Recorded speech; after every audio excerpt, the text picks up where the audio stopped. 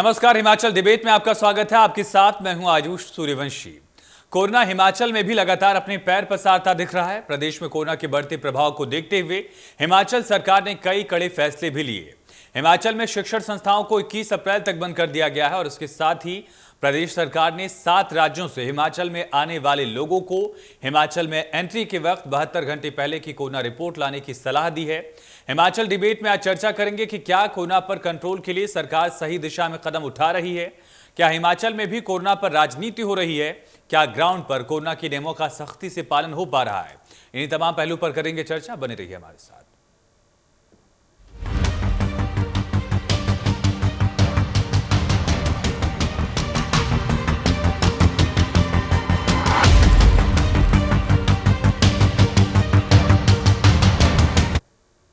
हिमाचल के मुख्यमंत्री जयराम ठाकुर ने प्रदेशवासियों से पिछले साल की तरह इस बार भी कोरोना से बचाव को लेकर नियमों की पालना करने की अपील की है। मुख्यमंत्री जयराम ठाकुर ने कहा कि कोरोना ज्यादा खतरनाक है, लिहाजा लोग लापरवाही न बरतें और वैक्सीन भी लगवाएं। हालांकि सरकार के कोरोना इंतजामों और दिशा निर्देशों पर लगातार कांग्रेस ने निशाना भी साधा है। आपको बयान सुनवाएंगे कि 21 तारीख तक हमारे स्कूल कॉलेजेस बंद रहेंगे और उसके अतिरिक्त हमने ये भी तय किया है कि हिमाचल प्रदेश में जहां जिन राज्यों में ज़्यादा संक्रमण फैला है उन राज्यों से आने वाले सभी लोगों के लिए एक एडवाइजरी जारी करके कि वो अपने पिछले 72 घंटे की RT-PCR रिपोर्ट के साथ ही हिमाचल प्रदेश में प्रवेश करें। नवरात्रों के साथ में शादियों का भी दौर शुरू हो रहा है। मेरा आप सबसे विनम्र निवेदन है कि शादियों के लिए जो हमने गाइडलाइंस, जो रिस्ट्रिक्शंस जो जारी की हैं उसके पालन में आप अपना सहयोग करें। इसके साथ मैं विशेष तौर से आप सबसे विनम्र निवेदन करना चाहूँगा। पिछले साल जब कोविड का ये दौर शुरू हुआ था उस वक्त बहुत गंभीरता के साथ सभी लोगों ने सहयोग दिया। आप सबके सहयोग से उस दौर से हम बाहर निकलने में सफल हुए थे। अब की बार हम इस बात को देख रहे हैं कि वो गंभीरता का दौर उस प्रकार का नहीं है जो पिछले साल था। ये वायरस पिछले साल की तुलना में कम खतरनाक नहीं है, उससे ज़्यादा खतरनाक है। सरकार अगर प्रतिबंध लगाती है तो विपक्ष कैसे वो कर लेगी? सरकार को खुद भी पहले उसके ऊपर अमल करना पड़ेगा ना। अब घर के परिवार का एक बड़ा मुखिया जो होता है वो सबसे पहले वो तभी अपने आदर्श दिखा पाता है, पहले उसको उन आदर्शों के ऊपर चलना पड़ता है। अगर मैंने किसी बात के लिए ये तय करना है कि ये काम इस तरीके से होगा तो मुझे भी उस तरीके से काम करना पड़ेगा। ये नहीं होगा कि मैं जो खुद कुछ भी करूं लेकिन दूसरों के लिए प्रतिबंध लगा दूं। ये नहीं चल। चलिए हिमाचल डिबेट के सवालों से आपको रूबरू करा दें। सबसे बड़ा और सबसे पहला सवाल, क्या हिमाचल में कोरोना पर काबू के लिए प्रदेश सरकार के फैसले सही दिशा में उठाए जा रहे कदमों की तरफ हैं? क्या सही कदम सरकार अब तक उठा रही है? और दूसरा सवाल, क्या हिमाचल में भी कोरोना पर अब राजनीति होने लगी है? जिस तरह से आरोप प्रत्यारोप का सिलसिला आपको दिखाया गया, ये सवाल है कि क्या कोरोना पर भी अब सियासत हिमाचल में भी होने लगी है? और आखिरी सवाल, क्या हिमाचल में ग्राउंड जीरो पर कोरोना से बचाव के नियमों का सख्ती से पालन हो पा रहा है? बड़ा और अहम सवाल ये भी है और इन्हीं तमाम सवालों का जवाब जानने की कोशिश करेंगे। बड़ा सवाल ये कि सरकार के जो फैसले हैं क्या वो सही दिशा में हैं? जो सख्ती लगातार सरकार की तरफ से अब बढ़ाई जा रही है और आने वाले दिनों में भी सख्ती और बढ़ाई जा सकती है, जो जिक्र किया गया है मुख्यमंत्री की तरफ से, ये बड़ा सवाल है। और कुछ फैक्ट्स एंड फिगर से भी रूबरू कराएं। 7 राज्यों के लोगों को हिमाचल आने पर कोविड रिपोर्ट दिखानी होगी, ये सख्ती बरती गई है। हिमाचल में एंट्री पर 72 घंटे पहले की RT-PCR की नेगेटिव रिपोर्ट लाने की सलाह दी गई है। पंजाब, दिल्ली, महाराष्ट्र, गुजरात, कर्नाटक, राजस्थान और उत्तर प्रदेश के लोगों को हिमाचल आने पर कोरोना की रिपोर्ट दिखानी होगी और 72 घंटे पहले की RT-PCR रिपोर्ट लानी होगी। एंटीजन नहीं बल्कि RT-PCR का यहां पर जिक्र किया गया है। कोरोना के बढ़ते मामलों को देखते हुए सरकार ने 16 अप्रैल को एडवाइजरी जारी करने का भी यहां पर ये जानकारी सामने आ रही है। हालांकि हिमाचल में भी पर्यटकों के आने पर कोई रोक नहीं है, ये लगातार साफ किया गया है सरकार की तरफ से। मुख्यमंत्री ने कहा कि पर्यटकों पर रोक जैसी स्थिति हिमाचल में अभी नहीं है और होटल मालिकों, पर्यटकों को कोरोना के दिशा निर्देशों का पालन करना होगा। बसों, निजी वाहनों में क्षमता से ज्यादा लोगों को बैठाने की अनुमति नहीं होगी। लगातार सख्ती बरती जा रही है। वाहनों में भी फेस मास्क पहनना जरूरी होगा। सख्तियों के साथ साथ गुजारिश भी मुख्यमंत्री ने की है कि लोग कोविड प्रोटोकॉल्स का पालन करें। हिमाचल के बॉर्डर्स को सील किया जा रहा है। पंजाब से लेकर उत्तर प्रदेश, कर्नाटक, महाराष्ट्र से आने वाले लोगों को अपनी रिपोर्ट दिखानी होगी। मंदिर में श्रद्धालुओं को कोरोना के दिशा निर्देशों का पालन करना होगा, गाइडलाइंस का पालन करना होगा। नवरात्र के दौरान मंदिरों में जागरण नहीं होंगे। 21 अप्रैल तक प्रदेश में शैक्षणिक संस्थाएं भी बंद रहेंगी, जिस तरह से पहले आदेश दिया गया था। और इंडोर में होने वाली शादी समारोह में 50 से ज्यादा लोगों को इजाजत नहीं दी गई है। आउटडोर में होने वाले समारोह में 200 लोगों तक ये सीमित रखना होगा। तो कई सख्तियां लगातार बढ़ती जा रही हैं। सरकार की तरफ से सख्तियां बढ़ाई गई हैं, हालांकि लॉकडाउन जैसी स्थिति नहीं है। ये मुख्यमंत्री ने कहा है कि प्रदेश का जो व्यापार का एक बड़ा हिस्सा है, प्रदेश का रेवेन्यू का एक बड़ा हिस्सा है, वो पर्यटन से जुड़ा हुआ है। इस वजह से लॉकडाउन जैसी स्थिति नहीं है, लेकिन लोगों को नियम कायदों का पालन करना होगा, लोगों को जागरूक रहना होगा। और यही वजह है कि नियमों में लगातार सख्ती भी बढ़ती जा रही है और ज़्यादा पाबंदियां लगाई जा रही हैं। उनमें से एक बड़ा फैसला लिया गया है कि 7 राज्यों से हिमाचल में आने वाले टूरिस्ट को RT-PCR रिपोर्ट दिखानी होगी। 72 घंटे के अंदर वाली रिपोर्ट दिखानी होगी, तब जाकर एंट्री मिलेगी।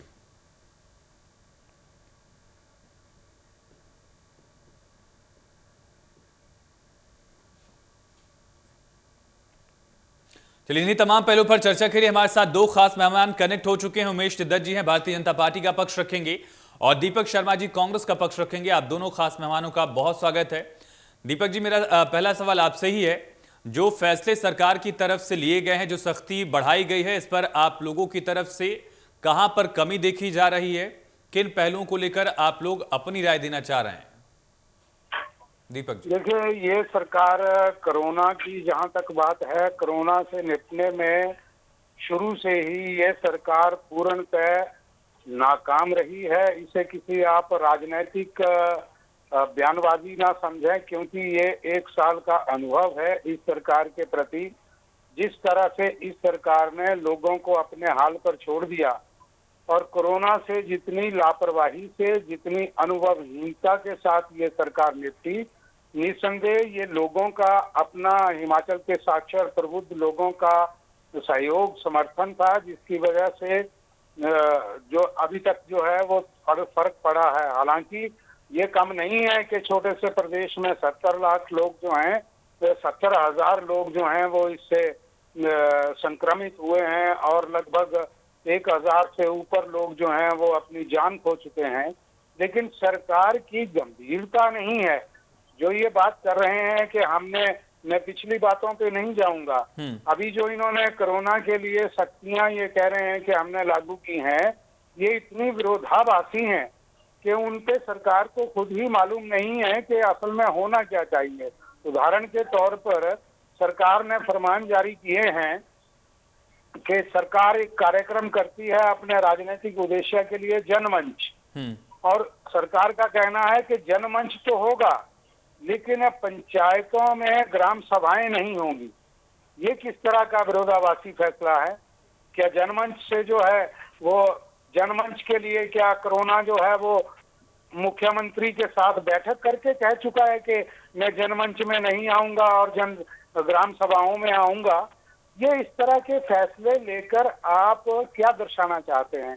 दूसरी बात जो आपने विषय में रखी है आज की चर्चा में, कि ये कोरोना के जो फैसले लिए गए हैं, ये सरकार को खुद अनुकरणीय बनना पड़ता है, प्रेरणादायक खुद बनना पड़ता है। आपके सरकार के मुख्यमंत्री जो हैं वो मास्क की अवहेलना करते हैं, मुख्यमंत्री जो हैं वो शरेआम होली पे जो हैं वो लोगों के साथ होली खेलते हैं, लोगों को उसके लिए मना करते हैं। इनके विधायक जो हैं, जहां कमरे में 50 आदमी आ सकते हैं, वहां 400 आदमियों के सम्मेलन कर रहे हैं। आप बताएं, इन्होंने उसके ऊपर कदम क्या उठाए? क्या कोई मामले दर्ज हुए? आपने साधारण आदमी का, एक जो गरीब किसान है या गांव से आया हुआ ग्रामीण है, वो अगर अपना मास्क भूल गया, उसके ऊपर तो चलान आपने कर दिया, लेकिन क्या किसी नेता का चलान किया? क्या किसी नेता के बड़े आयोजनों पे आपने चलान किए? आप सिर्फ एडवाइजरी जारी करके ये पीछा छुड़ाने वाला काम है। अगर ये ठीक है। गंभीरता समझते तो शायद ये स्थिति नहीं होती जो आज है। अगर उसी वक्त जब हमने कहा था, कांग्रेस ने कहा था इनको कि आप जो हैं अपनी सीमाओं के ऊपर ही जो लोग हैं उनको लोग रोक कर क्वारंटाइन कर दीजिए, ये नहीं फैलेगा। लेकिन इन्होंने 3 दिन में 7 लाख लोगों को हिमाचल अपने घर भेज दिया, जिसकी वजह से आज 70,000 लोग जो हैं वो संक्रमित हुए हैं। ठीक है निस्संदेह ये उमेश बढ़ रहा है, दत्त जी, गंभीर ठीक है मामला। दीपक जी, मैं लौटता हूं आपके पास। उमेश जी, मैं आपके पास आ रहा हूं। फिलहाल जो सरकार सख्ती उठा रही है, सख्त कदम उठाए जा रहे हैं, बीच में क्या थोड़ी सी लापरवाही बरती गई, थोड़ी सी व्यवस्था क्या लचर हुई है, उसके बाद अब सख्ती बढ़ाई जा रही है? बीच का जो दौर था, हमने देखा कि कोरोना काफी हद तक प्रदेश में भी काबू हुआ था और देश में भी काबू हुआ था, लेकिन एक बार फिर से जो पाबंदियां लगाई जा रही हैं, एक बार फिर से जो हम लगातार सख्ती देख रहे हैं, जागरूकता की गुजारिशें देख रहे हैं, आखिर ऐसी नौबत क्यों आई? देखिए, उसका कारण ये है कि व्यवहारिक रूप में कानून बनाकर सख्ती दिखानी चाहिए थी, लेकिन व्यवहारिकता नहीं है, वो कागजों में कहकर छोड़ दिया गया। उमेश जी, आप सुन पा रहे मुझे? हाँ, मैं सुन पा रहा हूँ। हाँ उमेश जी, मेरा सवाल आपसे था। हाँ, दीपक जी ने पूरी डिबेट में शुरू में ही इसको राजनीतिक रंग देने का फैसला ले लिया है शायद, लेकिन मुझे लगता है कि इस सारी जो अपील सरकार ने की है, केंद्र सरकार की जो एडवाइजरी जारी हुई है, उसको फॉलो करना सभी नागरिकों का कर्तव्य है और उसमें सब लोग आते हैं, वो राजनीतिक दलों के लोग हों, वो चाहे सामाजिक दलों के लोग हों, वो चाहे आम जनता हो, सभी लोग आते हैं। और ये महामारी जिस तरह से पूरे विश्व में फैली है और ये जिसको हम कह सकते हैं कि एक अलग सी वेव जो है वो फिर से उठी है, तो कहीं ना कहीं इसका नंबर भी बढ़ा है और पिछले वर्ष से या पिछले वर्ष के जो अनुभव हमारे रहे हैं उससे और अधिक इसको बहुत संजीदगी से लेने का विषय मुझे लगता है कि अब आया है। और जो भी गवर्नमेंट ने एसओपी जारी करी हैं, जो केंद्र सरकार की जो गाइडलाइंस है, उसको हम सब लोगों को फॉलो करना चाहिए। और मुझे लगता है कि ऐसे समय में जब इस तरह की महामारी जिसका पहले कभी अनुभव नहीं हुआ है और सरकार लगातार इससे जूझने का प्रयास कर रही है, देश के वैज्ञानिकों ने वैक्सीन लाई और सरकार ने वैक्सीन को नीचे तक पहुंचाने का काम किया है, तो ऐसे समय में राजनीतिक भाषा छोड़ते हुए कैसे हम इस पर पार पाए। और सबसे ज्यादा देश के नागरिकों को ये इफेक्ट कर रहा है, इससे हम अछूते नहीं हैं। हमारी इकोनॉमिक एक्टिविटीज इससे रुकी है, शिक्षा इससे रुक जा रही है, बहुत सी चीजें इससे रुक रही हैं। तो मुझे लगता है कि सब लोग मिलकर किस तरह से हम इस कोरोना को हरा सके, उसके बारे में विचार करना चाहिए। और राजनीतिक भाषा अगर इसमें बोलनी है तो वो उसका कोई अंत नहीं है। उसके बारे में अगर हम शुरू करेंगे तो बहुत विस्तृत हम इसके बारे में बातचीत कर सकते हैं। राजनीतिक दलों में सारे राजनीतिक दल है, सरकारों में हिमाचल प्रदेश की सरकार है, पंजाब की सरकार है, महाराष्ट्र की सरकार है, ऐसी सब सरकारों के विषय में जब हम चर्चा करना शुरू करेंगे तो उसका अंत नहीं होगा। लेकिन मेरा ये मानना है कि सरकार की गाइडलाइंस को सबको अक्षरशः पूरा करना चाहिए और सरकार को जो सख्ती की है वो किस तरह से मानव हित में है और किस तरह से हमारा प्रदेश रुकना भी नहीं चाहिए, लेकिन इस महामारी की चपेट में भी नहीं आना चाहिए। ऐसा सब चीजों का ध्यान रखते हुए हमें आगे बढ़ना चाहिए। मुझे लगता है कि राजनीति इस समय का उमेश जी, जो बीच में सहूलियतें दी गई थी वो ढिलाई थी, लापरवाही थी या फिर आम जनता की सहूलियत के लिए थी? मैंने कहा कि ये जिस तरह का कोरोना वायरस है उसका एक समय पर 200 कुछ केसेस जो है वो रह गए थे। मैं जिस पंचायत का रहने वाला हूँ उसमें 4 कोविड सेंटर चल रहे थे, लेकिन पिछले 6-7 महीनों से वो कोविड सेंटर बंद हो गए थे क्योंकि प्रदेश में इस तरह के मामले आना कम हुए थे। पूरे प्रदेश में जो क्वारंटीन सेंटर्स थे वो भी वो भी बंद हो गए थे। तो कुल मिला के मामलों में कमी आई थी इसलिए बंद हो गए थे। लेकिन अचानक के नए स्ट्रेन के आने से अचानक मुझे लगता है कि ये जिस तरह का वायरस ने रूप धारण कर लिया तो फिर से ये मामले बढ़ने शुरू हुए। मुझे लगता है कि फिर से हमें उस परिस्थिति को समझना चाहिए और किस तरह से हम इसको रोक सके, किस तरह से इन पाबंदियों के बीच में हम इसको रोक सके, वैसा विचार करना चाहिए। और मैं तो दीपक जी से भी आग्रह करता हूँ कि जो भी सुझाव उनके हों विपक्ष के नाते आदरणीय मुख्यमंत्री जी सब लोगों की बात सुनते हैं और आप उनको अपने फोन पर भी कांटेक्ट कर सकते हैं, व्हाट्सएप पर भी कांटेक्ट कर सकते हैं, उनसे छोटा सा प्रदेश है उनसे मिलकर भी अपनी बात रख सकते हैं। तो मुझे लगता है कि अपनी बात रखें और राजनीतिक रूप ना देते हुए इसमें किस तरह से हम हिमाचल को फिर से, जिस तरह से 200 केसेस एक बार हुए थे, एक बार एक केस रह गया था, हिमाचल एकदम इससे पार पाता हुआ दिखाई दे रहा था, उस तरफ ले जाने का प्रयास हम सब लोगों को करना चाहिए।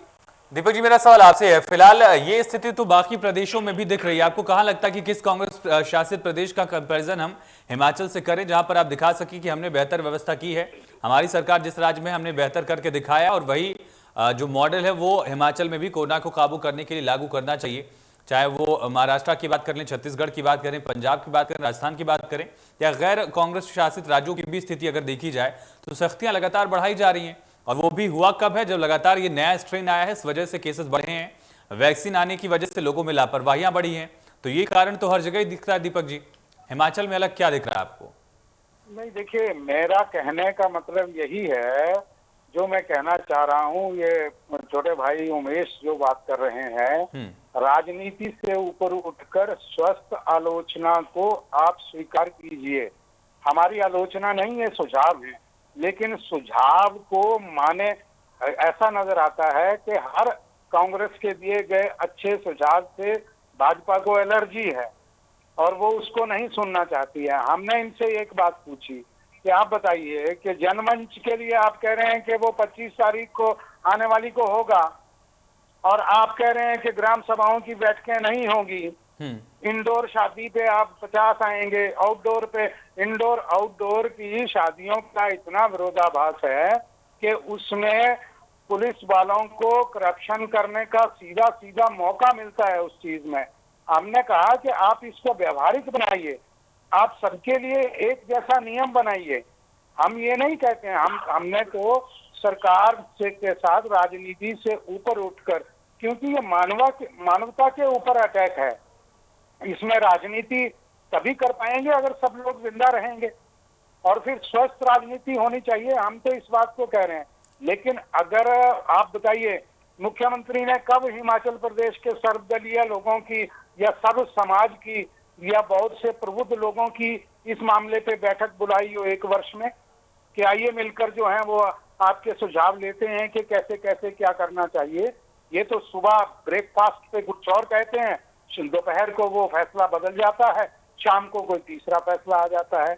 यानी कि बार बार मैं इस बात का, इस शब्द का इस्तेमाल करता हूं कि अनुभवहीनता झलकती है सरकार के कार्य में।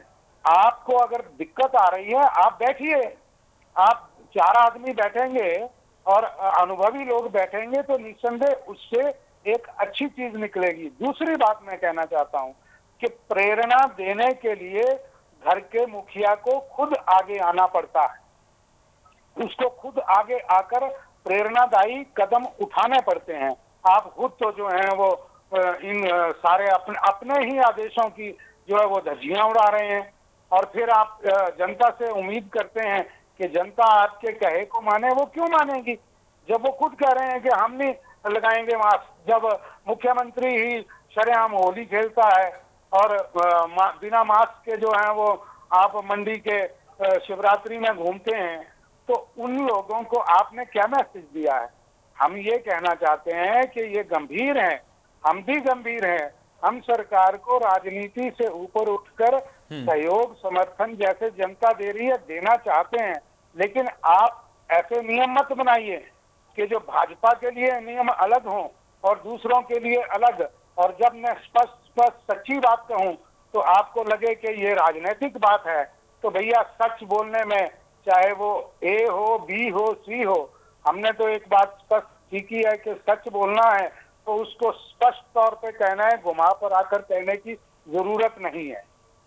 उमेश जी, व्यवस्थाओं को लेकर सवाल उठाया जा रहा है कि नियम कायदों को लेकर नजीर कितनी पेश की गई सत्ता पक्ष की तरफ से, ताकि लोगों को न सिर्फ जुबानी तौर पर जागरूक किया जाए बल्कि उनके सामने एक बेंचमार्क भी रखा जाए कि भैया ये हम कर रहे हैं, ये आपको भी करना है।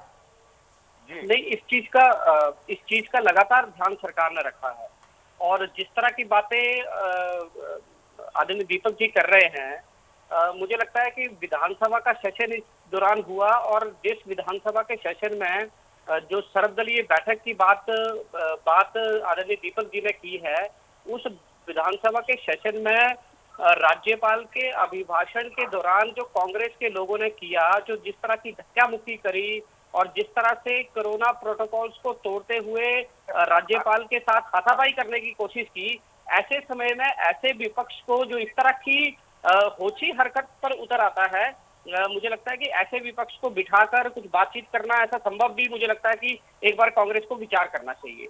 और दूसरी बात जो आपने कही है कि विधानसभा से बड़ा पटल कोई नहीं है। विधानसभा का पटल कोरोना को लेकर ठीक महामारी की बात कर रहा हूं कहा, और उसमें आप कोरोना की बात रखने की बजाय राज्यपाल से हाथापाई करने पर उतर आए और वहां पर आपने राजनीतिक मुद्दा बनाया। तब आपका जो मॉब आया तो उसने कितना कोरोना प्रोटोकॉल को फॉलो किया, आप ये मुझे बताइए। किस तरह से आपने वहां धक्का मुक्की की? राजनीति आप मत सिखाइए। राजनीति जिस तरह की कांग्रेस और विपक्ष करता है वो जग जाहिर है। जिस तरह से लोगों के सामने शर्मिंदा। चलिए ठीक है उमेश जी, आपने विपक्ष को आड़े हाथों ले लिया, लेकिन अब ये बताइए कि क्या बेंचमार्क आप लोगों ने रखा है जिसको लेकर, जिसको दिखाकर आप जनता को कह सके कि हमने खुद करके दिखाई, आप करिए। देखिए मुख्यमंत्री जी ने एक बहुत बड़ी पहल की थी। हिमाचल प्रदेश की स्थापना की 50 वर्ष को स्वर्णिम हिमाचल के रूप में मनाने की जो बात की थी, 15 अप्रैल से वो एक मेगा इवेंट जो है वो पूरे प्रदेश में शुरू होने वाला था। और उसमें हिमाचल प्रदेश के विकास के लिए वो चाहे वाई एस परमार जी हो, वो चाहे आदरणीय वीरभद्र सिंह जी हो, शांता कुमार जी हो, प्रेम कुमार धूमल जी हो, अन्य मुख्यमंत्री जो रहे, उन सबका जो कॉन्ट्रीब्यूशन था उसको जनता के बीच में ले जाने का काम जो है वो आदरणीय मुख्यमंत्री जी कह रहे थे करने वाले थे। उसका पूरी योजना हो गई थी, उसकी खाका तैयार हो गया था, लेकिन इतने बड़े इवेंट को भी मुख्यमंत्री जी ने सूक्ष्म भी नहीं करते हुए उसको स्थगित करने का निर्णय लिया है। तो ये प्रदेश की जनता के सामने एक उदाहरण पेश किया है कि सरकार किस तरह से कर रही है, और जनता ने भी उसका अभिवादन किया है कि इस तरह के कार्यक्रमों को आपने स्थगित किया। तो जनता आने वाले दिनों में कोई संगठन की तरफ से कार्यक्रम या सरकार की तरफ से इस तरह का कोई सार्वजनिक कार्यक्रम नहीं होगा, ये भी आप यहाँ कह रहे हैं? मैं जिम्मेदारी से कह रहा हूँ, 15 तारीख को बहुत बड़ा कार्यक्रम चलने वाला था इस प्रदेश में, उसको सरकार ने स्थगित किया है। तो इससे बड़ा और रास्ता दिखाने का काम सरकार क्या करेगी? और इससे बहुत से जो आदरणीय मुख्यमंत्री जी के राजनीतिक रूप से जो टूर्स थे, जो चाहे उपचुनाव को लेकर थे, मंडी के उपचुनाव को लेकर थे, वैसे टूर्स को भी उन्होंने स्थगित किया है और वर्चुअल माध्यम से बहुत सी चीजों को आगे आने वाले समय में वो एड्रेस करेंगे, उसके बीच में जाएंगे। तो ये सरकार की तरफ से जो है वो जनता के बीच में अपना पक्ष रखा है, और मुझे लगता है कि हिमाचल की जनता ने जिस तरह से पहले भी 2 बार साथ दिया और कोरोना एकदम समाप्ति की तरफ को था, आगे आने वाले समय में भी ये समाप्ति की तरफ को आएगा और हिमाचल की जनता और सरकार और सब लोग मिलकर इसको ठीक से करेंगे। अगर ये कहा जाए कि कोरोना काल के इस 1 साल सवा साल में हमने ये देखा है कि कोरोना के दौरान भी सियासत हुई और कोरोना पर भी सियासत हुई है, तो अब ये कहना बेईमानी हो जाएगा कि कोरोना को सियासत से ऊपर रखा जाए, अलग रखा जाए। चाहे दीपक जी आपकी बात की जाए या उमेश जी आपकी पार्टी की तरफ से, दोनों पार्टियों की तरफ से, इस पर हमने दोनों पहलुओं पर देखा है। लेकिन दीपक जी वापस इस सवाल पर आते हैं कि जब विपक्ष सवाल उठा रहा है, सरकार की एडवाइजरीज पर सवाल उठाया गया, सरकार की कोशिश पर सवाल उठाया गया और सरकार की कमियों को जब उजागर किया गया विपक्ष की तरफ से, उसके साथ साथ आप पैरेलल ऐसी कौन सी नज़ीर रख सकते हैं जहां पर कांग्रेस सरकार में हो या कांग्रेस सत्ता में भागीदारी निभा रही हो, वहां पर कोरोना कंट्रोल किया जा रहा हो बेहतर तरीके से, एक बेहतर मॉडल का जिक्र हो जिसको हिमाचल में अपनाने का आप सलाह दे सकें, हिदायत दे सकें? देखिए, उसमें सबसे जरूरी बात यह है कि आप व्यावहारिक योजनाएं और व्यावहारिक एहतियात बनाइए। मेरा फिर वही बात है, इनसे पूछ रहा हूं कि जैसे आपने एक कार्यक्रम है जनमंच, उस कार्यक्रम को ये लागू रख रहे हैं कि वो होगा। हम कह रहे हैं कि क्यों होगा, जनमंच क्यों होगा है? जब ऐसी स्थिति है आपको वो कैंसिल करना चाहिए।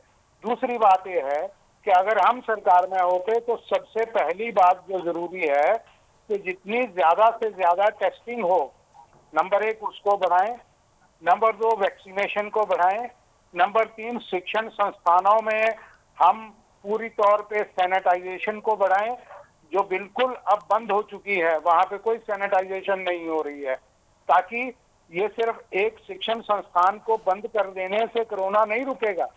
इसके लिए सभी जगह के वर्चुअल तरीके से हम उन कार्यक्रमों को करें।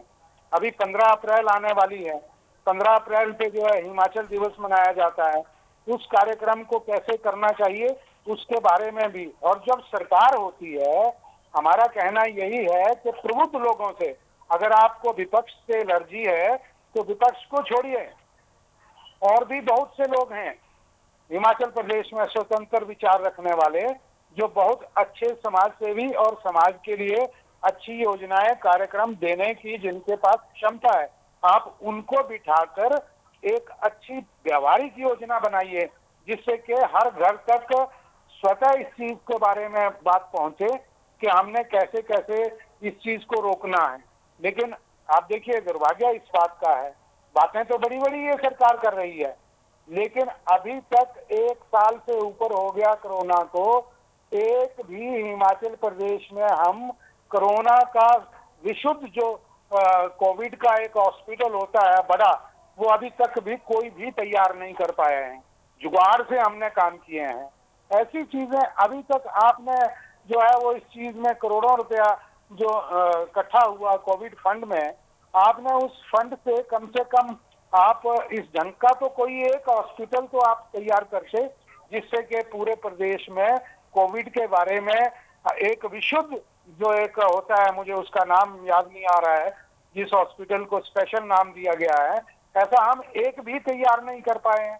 तो ऐसे जुगाड़बाजी से आप कब तक जो है वो इस ढंग से, सिर्फ अगर आप कहें कि हमने भाषणबाजी कर दी, हमने एडवाइजरी जारी कर दी, एडवाइजरी जारी करने की जगह देखिए गजल में बंदिशो अल्फाज ही नहीं काफी, जिगर का खून भी चाहिए असर के लिए, तो वो असर भी आप दीजिए, तब जाकर इसमें जो है वो सार्थक काम होगा। निसंदेह हम सरकार को राजनीति से ऊपर उठकर इस मानवता के ऊपर आए संकट में सहयोग समर्थन देने के लिए वचनबद्ध है। ठीक है उमेश जी, इसी से जुड़ा मेरा सवाल है, कोविड डेडिकेटेड हॉस्पिटल्स को लेकर दीपक शर्मा जी की तरफ से सवाल पूछा गया, टेस्टिंग सेंटर्स आप कितने बढ़ा पाए इसको लेकर सवाल पूछा जा रहा है, और जब आप आम जनता से अपेक्षा करते हैं कि जनता आपके बनाए नियम कायदों का पालन करें, तो आप उसी जनता को कितनी सहूलियत, कितनी व्यवस्था इलाज की दे पा रहे हैं, खास तौर पे जब कोविड को 1 साल से ज्यादा का वक्त हो चुका है, इस 1 साल में हमने खुद को कितना तैयार किया है सेकेंड वेव के लिए? देखिए, पहले तो मैं दीपक जी की जब बात का पहले जवाब देना चाहता हूँ। कांग्रेस की स्थिति तो इस तरह की है कि जब कोविड की फर्स्ट वेव में हिमाचली जो लोग बाहर रहते थे, उनको नहीं लाने का प्रश्न था, तो विपक्ष आवाज उठा रहा था कि उनको नहीं ला रहे थे। जब उनको ले आए तो कहते हैं कि 7 लाख लोगों को आप क्यों ले आए। मतलब आप हर चीज में ही राजनीतिक माइलेज देखने का प्रयास करेंगे, वो वास्तव में ऐसे समय पर ठीक नहीं है। आप जब नहीं ला रहे हैं तब भी माइलेज देख रहे हैं, जब ले आ रहे हैं तब भी माइलेज देख रहे हैं। तो मुझे लगता है कि ये सारा विषय सिर्फ राजनीतिक माइलेज के लिए नहीं है। दूसरा क्या है कि पिछले एक वर्ष में जिस तरह से हॉस्पिटल्स में टेस्टिंग बढ़ी है, जिस तरह से आज वैक्सीनेशन के सेंटर बढ़े हैं, जिस तरह से वेंटिलेटर्स की संख्या बढ़ी है, कोविड डेडिकेटेड हॉस्पिटल्स को और इक्विप्ड किया गया है, और इसके साथ साथ जो घर में ही इलाज करना चाह रहा है, एसिम्प्टोमेटिक है या जिनको सिम्टम्स कम है, उसके लिए भी रास्ता खोला है, उसको भी। और हिमाचल प्रदेश तो 2 बार, एक बार 1 केस बचा और एक बार 200 कुछ केस बचे, तो इसी कारण बचा क्योंकि हिमाचल मॉडल को पूरे देश में सराहा गया। यहाँ हर व्यक्ति का एक प्राइमरी टेस्ट जो है वो हेल्थ केयर वर्कर्स घर घर जाकर करके आए, और लगातार सरकार ने उसको मॉनिटर किया, लगातार अवेयरनेस कैंपेन सरकार ने की, और भारतीय जनता पार्टी ने भी उस कैंपेन में हिस्सा लिया। तो मुझे लगता है कि हम इस वेव के आगे, हो सकता है कि फिर से ये वेव, आज 5000 एक्टिव केसेज हो गए हैं, लेकिन संभवतः सरकार पिछले 1 साल में अच्छा एक्सपीरियंस ले चुकी है। हिमाचल प्रदेश सरकार की सराहना जो है वो पूरे देश में हुई है। आज कांग्रेस से कंपैरिजन अगर हम करें तो पंजाब की हालत अगर हम देख लें, महाराष्ट्र की हालत हम देख लें, लॉकडाउन की स्थिति वहां हो गई है, लॉकडाउन का अनाउंस वहां हो गया है। छत्तीसगढ़ में आज देख लें क्या हालत है। तो उस स्थिति में हिमाचल प्रदेश की सरकार ने बहुत अच्छा काम किया है। संभवतः इस वेव को भी हम पीछे धकेलने में सक्षम हो पाएंगे। उस पूरा एक्सपीरियंस जो पूरा साल का हुआ है उसका फायदा मिलेगा। कोविड डेडिकेटेड हॉस्पिटल्स भी बढ़े हैं, टेस्टिंग सेंटर्स भी बढ़े हैं, वैक्सीनेशन भी लगातार नंबर बढ़ रहा है, सेंटर्स इसके बढ़ रहे हैं। उसके लिए अभी 3 दिन का उत्सव भी चल रहा है 14 तारीख तक। तो नंबर ऑफ पीपल्स को जो है वो वैक्सीनेशन जो वो हो रही है। तो संभवतः हम ये कह सकते हैं कि जल्दी ही हम फिर से उस स्थिति में आएंगे कि हिमाचल प्रदेश फिर कोरोना में जो नंबर है वो 0 तक आने की संभावना की तरफ को बढ़ेगा। दीपक जी, आप इन तैयारियों से, इन दावों से कितने सहमत है? सरकार की तरफ से इस 1 साल में कितना काम किया गया? आने वाले सेकेंड वेव के लिए हिमाचल कितना तैयार है? सरकार के प्रयास और सरकार के दावों में कोरोना की सेकेंड वेव की तैयारी को लेकर दम कितना आप देख पा रहे हैं? देखिए, ये जुमलेबाजों की सरकार है। आपके सामने अभी मैं ये कह भी रहे थे उमेश भाई कि हम आजकल कोरोना उत्सव, कोरोना वैक्सीन उत्सव, अरे भैया उत्सव खुशी का होता है। आप अभियान कहिए, आप जुमलेबाजी की भाषा, नारेबाजी करके आप उत्सव मना रहे हो। ये उत्सव का वक्त है। वैक्सीन लगाना उत्सव है क्या? वैक्सीन उत्सव नहीं है। इतनी बड़ी महामारी के अगेंस्ट जो एक वैक्सीन, अरे ये उत्सव नहीं है। आप अभियान कहिए, उत्सव तब कहिए जब कोरोना खत्म हो जाए। लेकिन आपने, यही तो बात है, आपकी यही तो बात है कि आपदा में भी धन कमाने का अवसर ढूंढना और आपदा में भी राजनीतिक फायदा ढूंढना, ये आपका सेवा रहा है। लेकिन आप मॉरली गिरा देश की जनता को। नहीं, देखिए बात बड़ी स्पष्ट है। आप इसको उत्सव कह रहे हैं, ये अभियान है। आप अभियान कहिए, हम मानते हैं, इसको स्वीकार करेंगे एक अभियान के रूप में। आप इसमें भी उत्सव, आप जिस तरह से आपने कोरोना संकट को अपने जो है, देखिए या तो आप बोल लीजिए या मैं बोल लूंगा। आप अपने इससे रहिए, या तो मैं बोलूंगा या आप बोलिए, या एंकर भाई साहब देखिए, या तो फिर बीच में बोलना है तो फिर मैं नहीं, बारी बारी से उमेश जी आप अपनी बारी में बोलिए, दीपक जी आप अपनी बारी में बोलिए। ठीक है दीपक जी, बात पूरी करिए, फिर उमेश जी मैं आपके पास आता हूं। आपके उत्सव का मतलब है कि आप खुशी मना रहे हो इस बात। दीपक जी ठीक है, अब नाम में क्या है? काम ये है कि वैक्सीनेशन को लगातार आगे बढ़ाया जाए, उसका नाम जो भी हो, सिर्फ नाम पर अगर कांग्रेस को आपत्ति है तो फिर ठीक है, अलग पहलू हो जाएगा वो। लेकिन जो मेरा सवाल था, सरकार की तैयारियों पर आप कितने सहमत हैं? सरकार के दावों को लेकर कितनी सहमति आपकी है? और खास करके जो बड़ा आरोप आप पर लगाया गया कि छत्तीसगढ़ की स्थिति देखिए, वहां पर 20 जिलों में लॉकडाउन हो चुका है, महाराष्ट्र के ज्यादातर जिलों में लॉकडाउन है, पंजाब में स्थिति लगातार सख्ती बढ़ाई जा रही है। उस स्थिति से हिमाचल कितना बेहतर या हिमाचल की स्थिति कितनी बुरी है?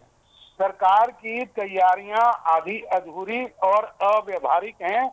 निस्संदेह सरकार अगर इसके बारे में सबका सहयोग समर्थन लेकर अपनी तैयारियां करती है तो हम उसमें पूर्ण सहयोग देंगे। अगर भगवान ना करे अगर लॉकडाउन की भी स्थिति आती है तो वो भी हो, लेकिन तैयारियां अधूरी क्यों हैं? मैं फैक्ट्स के साथ आपके साथ कहूंगा। आज कोरोना प्रोजेक्ट में जो काम कर रहे हैं स्वास्थ्य कर्मी, उनको 5 महीने हो गए, उनको वेतन नहीं मिला है कोरोना प्रोजेक्ट के तहत। ये तैयारियां हैं।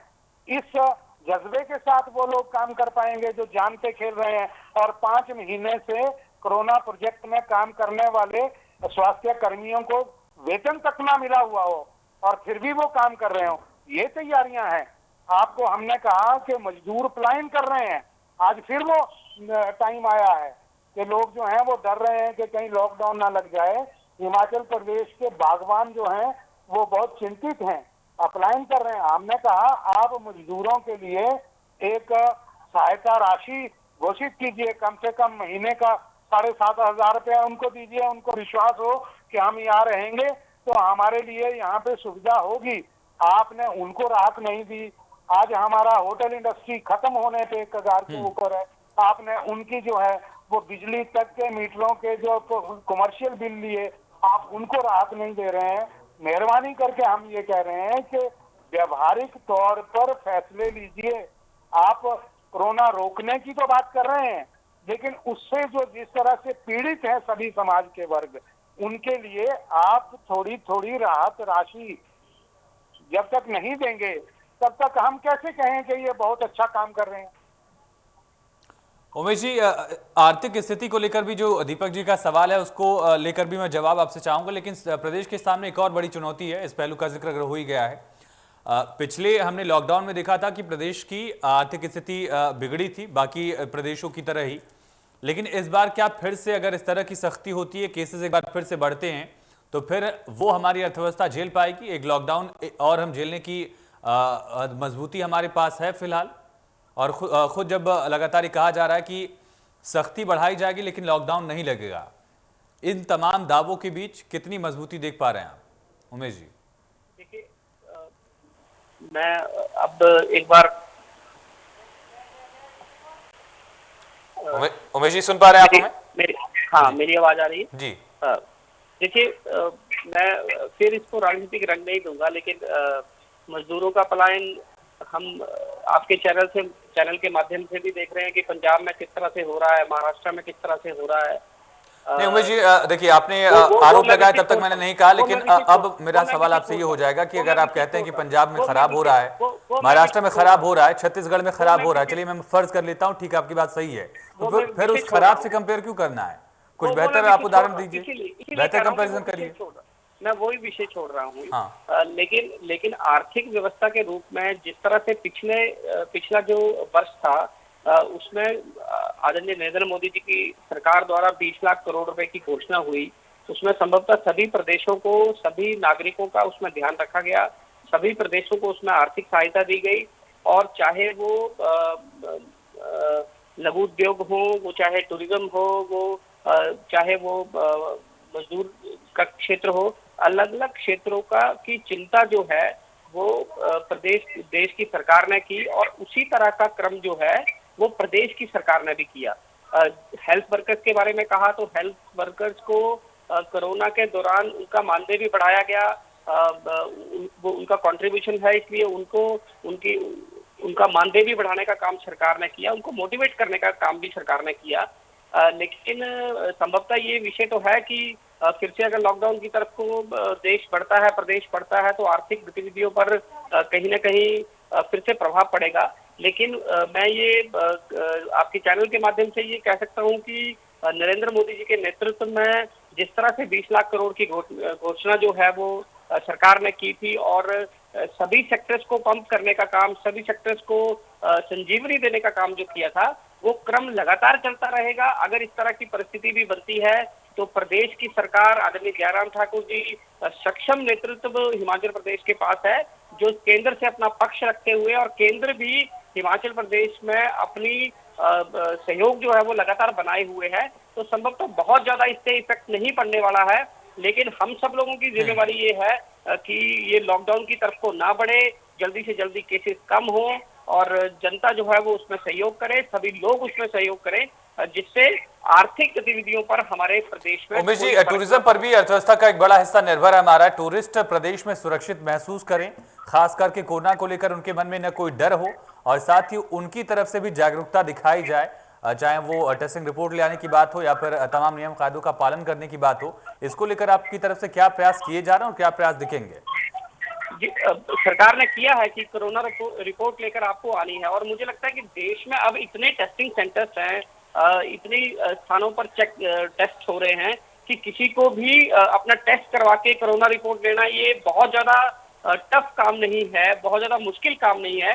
इसलिए हम तो अपील आपके चैनल के माध्यम से भी करते हैं कि जो भी टूरिस्ट हिमाचल प्रदेश में, वो चाहे धार्मिक टूरिज्म के लिए आ रहा है, वो चाहे आज गर्मियों के जो सीजन है उसमें आएगा, उस सारे समय में वो अपना टेस्ट करवा के आए, और जो भी प्रोटोकॉल्स जो कोरोना को लेकर हैं उसका पालन करते हुए हिमाचल प्रदेश में अपना समय बिताए, ऐसा हम अपील सबसे करेंगे। दीपक जी, टूरिज्म को लेकर जो SOPs जारी की गई है, गाइडलाइन जारी की गई है, उसको लेकर आप लोग कितने आश्वस्त दिख रहे हैं? और साथ साथ टूरिज्म सीधे अर्थव्यवस्था से जुड़ जाता है हिमाचल के लिहाज से अगर बात की जाए, अर्थव्यवस्था को लेकर फिलहाल सरकार कितनी मजबूत है? आने वाले दिनों में अगर इसी तरह से पाबंदियां बढ़ती रही तब ये मजबूती कितने दिन टिक पाएगी? देखिए, टूरिज्म का हिमाचल प्रदेश में बहुत बुरा हाल है। मैं तो बहुत से होटल्स के लोगों से अभी कुछ टाइम्स पहले जो है धर्मशाला, पालमपुर, मनाली बहुत से होटलियर से मिला हूं, और उनका जिस तरह से बुरा हाल है, 80-80 कमरों वाले होटल जो हैं उनमें एक एक दो दो कर्मचारी रह गए हैं। कारण ये है कि वहाँ पे जो कमर्शियल उनके जो बिल हैं वो सरकार उस ढंग से जो है वो उनसे ले रही है, जिसकी वजह से ये इंडस्ट्री बहुत पैकेज की जरूरत है। दो बातें मैं आपसे और कहना चाहता हूँ कि जिस तरह से अभी कह रहे थे उमेश भाई कि हमने 20 लाख करोड़ का जो है वो जुमला पूरे देश को दिया है, उसमें हिमाचल प्रदेश को अभी ये समय लेकर बता दें, कल बता दें, परसों बता दें, ये बताएं कि 20 लाख करोड़ रुपए में से हिमाचल को कितना मिला और वो कहां कहां खर्चा गया। सिर्फ इतनी बात। चलिए, मेरे पास वक्त खत्म हो गया। दीपक जी, माफी चाहूंगा आपसे, और बहुत शुक्रिया दीपक शर्मा जी आपका, उमेश दत्त जी आपका, इस चर्चा में जुड़ने के लिए, शामिल होने के लिए। कोरोना ने हर राज्य के सामने कई बड़ी चुनौतियां रखी हैं और इस वक्त हिमाचल के सामने भी कई सारी चुनौतियां कोरोना को लेकर दिख रही हैं। प्रदेश सरकार की तरफ से लगातार सख्तियां भी बढ़ाई गई, पाबंदियां भी बढ़ाई गई हैं और लोगों से भी इन नियम कायदों का पालन करने की अपील की जा रही है। कोरोना के सेकेंड वेव के सामने हिमाचल कितनी मजबूती दिखा पाता है, लोग कितनी जागरूकता दिखाते हैं, ये देखना होगा। फिलहाल इस चर्चा में इतना ही। खबरें लगातार जारी हैं, बने रहिए।